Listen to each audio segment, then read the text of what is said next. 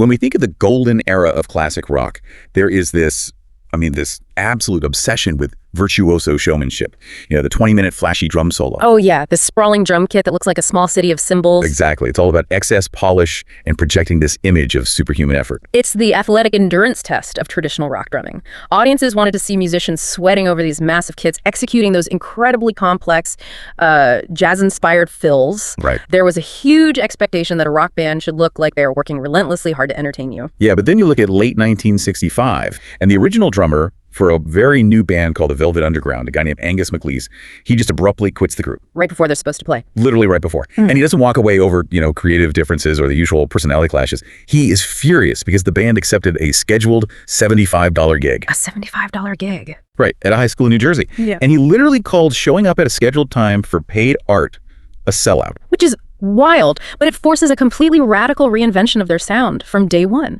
I mean, MacLeese's departure left them scrambling, and his replacement was Moe Tucker, or Moe Tucker. Right. And she didn't just step into the empty seat, she completely reinvented the physical architecture of rock drumming. And she did that to stabilize the band's massive wall of noise. I really want to dig into that physical architecture because she completely threw out the traditional drumming blueprint. I mean, she wasn't even sitting down like a normal drummer, was she? No, not at all. She played standing up. And the centerpiece of her highly idiosyncratic setup was a bass drum. Yes, a bass drum that she took and turned completely on its side, facing upward. Wow. Yeah. And instead of using traditional lightweight wooden drumsticks to bounce off the skins, she used heavy wooden mallets. That's intense. It is. But perhaps most importantly, she instituted a complete and total ban on cymbals. Wait, if you completely ban cymbals, how do you hold a rock track together? Because in almost every rock mix, cymbals are the glue. They fill all that empty space. Exactly. And by eliminating them, she deliberately removed that high-frequency wash that usually masks the space between the notes. Oh, I see. So without cymbals, she created this stark, hypnotic pulse. The rhythm section suddenly had infinite space. That makes a lot of sense. If you listen to her metronomic drum style on early tracks like Heroin and Waiting for the Man, she provided this incredibly stable temporal heartbeat. But it wasn't rigid, like a machine. Right. She actively accelerated and decelerated the tempo to directly mirror the physiological rush of the lyrics. It was drumming as a biological function, not a musical flourish. That purposeful amateurism is just so striking. By deliberately rejecting all those traditional blues rock flourishes, they laid the aesthetic foundation for punk, post-punk, and DIY indie rock. It really did. They proved that limited technique could yield an unparalleled emotional intensity. Authenticity didn't require a 10-piece drum kit. No, it shifted the entire paradigm of what a band could be. The intention mattered far more than technical virtuosity. You can hear this perfectly on the later track, Pale Blue Eyes, where her extreme physical minimalism just takes over. Right, because she eschewed a drum kit entirely for that recording, didn't she? Yes. She kept time with a simple tambourine pressed directly against her chest. The rhythm literally becoming a heartbeat. You're listening to Deep Cuts and Deep Thinking.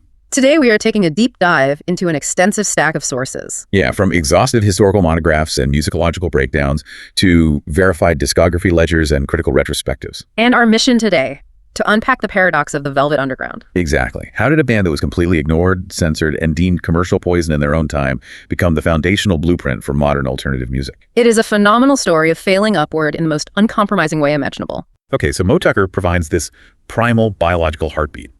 But a heartbeat isn't a song.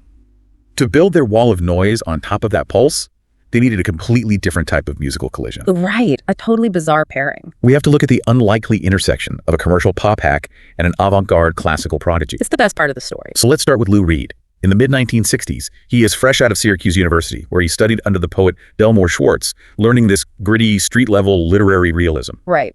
But his day job is working at Pickwick Records, which is essentially a factory churning out budget novelty tracks to exploit whatever trend was on the radio. He was writing pastiches at an industrial speed. The label would identify a surf rock trend or a dance craze, and Reed would be tasked with writing a cheap knockoff by the afternoon. It's so cynical. And during this time, he writes a parody dance track called the Ostrich. Yes, the famous Ostrich track. To record it, he creates something called the Ostrich tuning, where he tunes all 6 guitar strings to a single D note. And this is where John Cale enters the picture. Cale is a Welsh classical prodigy who came to New York on a Leonard Bernstein scholarship. So a completely different world. Entirely different. He was deeply embedded in the downtown avant-garde scene, playing the electric viola with Lamonti Young's Dream Syndicate. Their whole aesthetic was built around continuous, vibrating microtonal drones. Wait, they would hold a single chord for hours, right? Exactly. They would hold it just to explore the harmonic overtones. I need you to pause there. What exactly is a microtonal drone, and what does it sound like to a layman? Okay, so imagine standing near a massive industrial generator. At first, you just hear a loud, sustained hum. Okay, yeah. But as you keep listening, your ear starts to pick out tiny, shifting frequencies within that hum. You hear higher ringing sounds, lower rumbles. Those are harmonic overtones. Oh, wow. A microtonal drone is intentionally creating that sustained, unchanging hum with acoustic or electric instruments. You're exploring the subtle acoustic phenomena that happen inside the sound wave when a note never stops. Hold on. For hours? How does an audience even tolerate listening to a single chord for hours without walking out? Because it forces a trance state. The brain eventually stops waiting for a melody and starts swimming in the texture of the sound itself.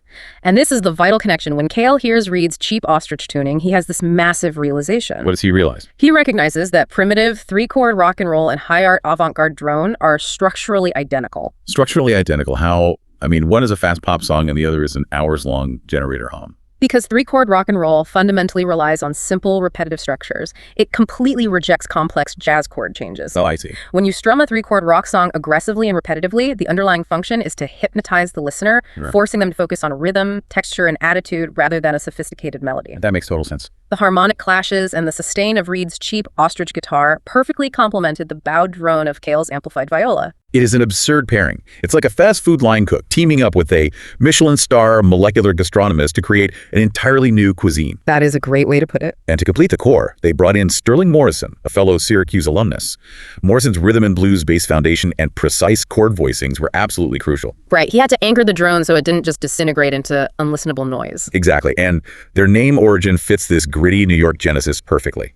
An associate of theirs, Tony Conrad, found a 1963 mass-market paperback lying on the street. Just literally on the street. Yeah, it was an expose by Michael Lee about secret sadomasochistic subcultures titled The Velvet Underground. Which perfectly mirrored the dark underground cinema vibe of songs Reed was already writing, like Venus in Furs. So they have the name, they have the avant-garde noise, and Tucker driving the beat. But how do they actually survive the 1960s music industry?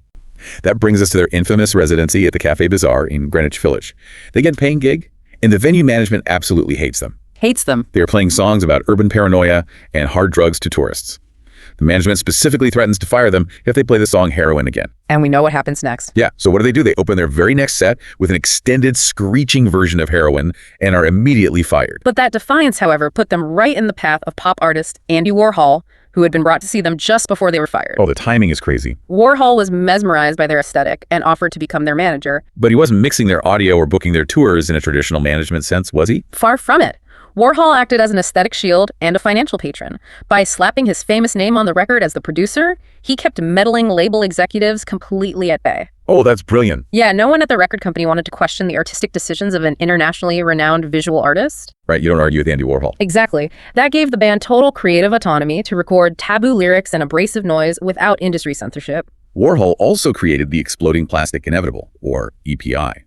These live shows were pure sensory overload. I mean, you had multiple projectors playing Warhol films over the band, stroboscopes flashing, factory regulars cracking whips on stage. It was chaos. It really was. The band actually had to wear dark sunglasses indoors purely to protect their eyes from the blinding projector lights, which accidentally established their iconic detached visual look. It was the birth of the multimedia industrial rock show. But Warhol did force one major change. He insisted that the German actress and model Nico join the band for visual appeal. Reed was notoriously furious about this, right? He resented having a complete outsider forced into his tightly knit artistic unit. He did, but looking at the structural balance of the music, Nico was vital. She had an icy, detached contralto, which is the lowest vocal range for a female singer, giving her this incredibly heavy, haunting resonance. Oh, interesting. On songs like All Tomorrow's Parties, her lack of vocal inflection created a perfect counterweight to the band's chaotic, screeching sound. Her rhythmic indifference provided a chilling anchor to the noise. Which brings us to their 1967 debut album, The Velvet Underground and Nico. We all know the iconic peeling banana cover. Right, everyone knows it. But despite the genius inside, it's a logistical and legal disaster. The back cover featured a projected photograph from one of Warhol's films that included an actor named Eric Emerson. And Emerson was in trouble. Yeah, he was facing drug charges, needed money, and sued over his face, appearing without a legal release. And the fallout from that lawsuit was catastrophic for a debut band. MGM panicked, they pulled the record from shelves to airbrush his face out and completely killed the album's initial momentum. So frustrating. It guaranteed the album would fail commercially out of the gate. And the frustration from that failure fractured the band. I mean, Reed fired Warhol as manager, Nico was pushed out, and the band was left entirely to their own devices for their second album. And what do they do when left to their own devices in 1968? Oh, they turned the volume up to terrifying levels. We're talking about the album White Light/White Heat. They plugged directly into high-wattage Vox Conqueror amplifiers, intentionally pushing the volume until the recording console transistors saturate with harsh harmonic distortion. It is an album defined by extreme aggressive overdrive. Before we go further, what does transistor saturation with harsh harmonic distortion actually mean physically? What is happening to the sound wave? Okay, so when you send an audio signal through a piece of electronic equipment, the equipment can only handle a certain volume level before it runs out of capacity. Right, a ceiling. Exactly. If you push the volume past that maximum limit, the smooth, rolling curves in the sound wave get physically chopped off at the top and bottom. It's called clipping. Ah, okay. So instead of a smooth wave, you get this harsh, jagged square edge. They were intentionally overloading the studio's delicate recording transistors to make the music sound jagged, distorted, and violent. And the centerpiece of this violence is the track Sister Ray. It's a 17-minute track recorded in a single live take. You have Cale's distorted organ battling Reed's lead guitar in an absolute volume war. Just massive noise. The documented anecdote is that the studio engineer, Gary Kellgren, he literally walked out of the control room. He couldn't take it. No. He left the expensive tape machines running and walked out because he couldn't handle the physical pain of the noise anymore. It pushed the very limits of what audio equipment was designed to handle, and honestly, what human ears could tolerate. I have to ask, was this pure artistic bravery, or were they just trying to actively sabotage their own careers? Well, that tension is exactly what tore the band apart. It was a core ideological war. Lou Reed desperately wanted pop songcraft and commercial viability. He wanted to be on the radio. Right. John Cale wanted radical, uncompromising noise. The friction between those two desires produced brilliant music, but it was completely unsustainable. By late 1968, Reed issued an ultimatum to the rest of the band. Either Cale gets fired or Reed dissolves the band entirely. Oh, Cale is out. And with Cale gone, that radical avant-garde noise element is essentially removed from the equation. So does Reed just double down on writing pop hits. He pivots to prove the band's underlying genius for delicate songwriting.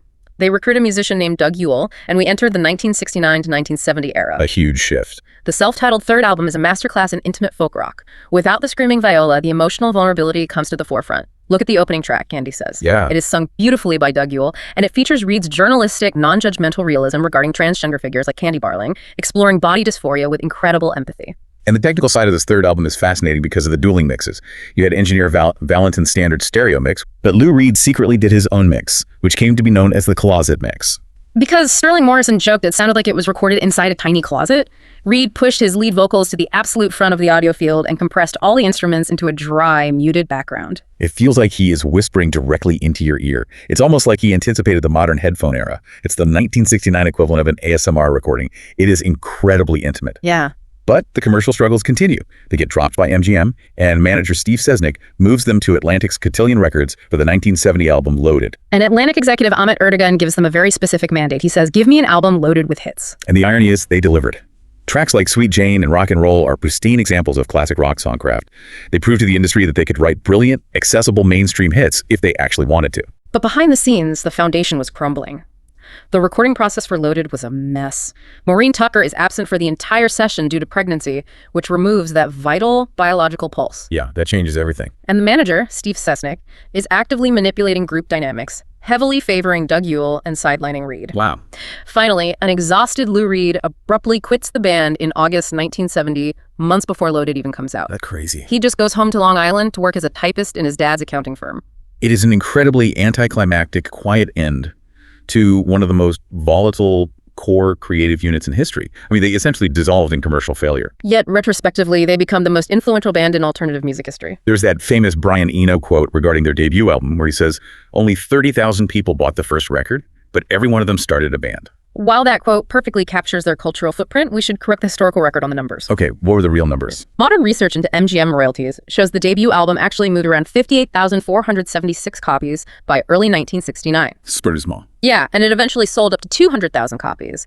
But Eno's core point remains completely valid. The sheer density of their influence on other musicians was unprecedented. To really ground this legacy, we have to look at an artifact that proves just how hidden this history was.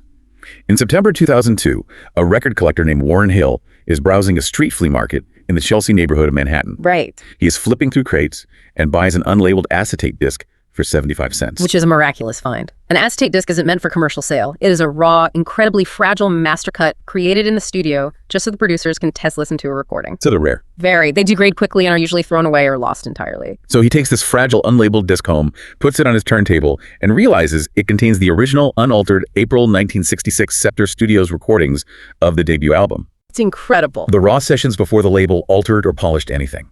A disc that he bought for 75 cents, eventually sold at auction for $25,200. A 75-cent piece of discarded plastic that held the literal DNA of alternative rock. That artifact represents the band perfectly hidden in plain sight, entirely undervalued in its own time, but containing a blueprint that changed everything.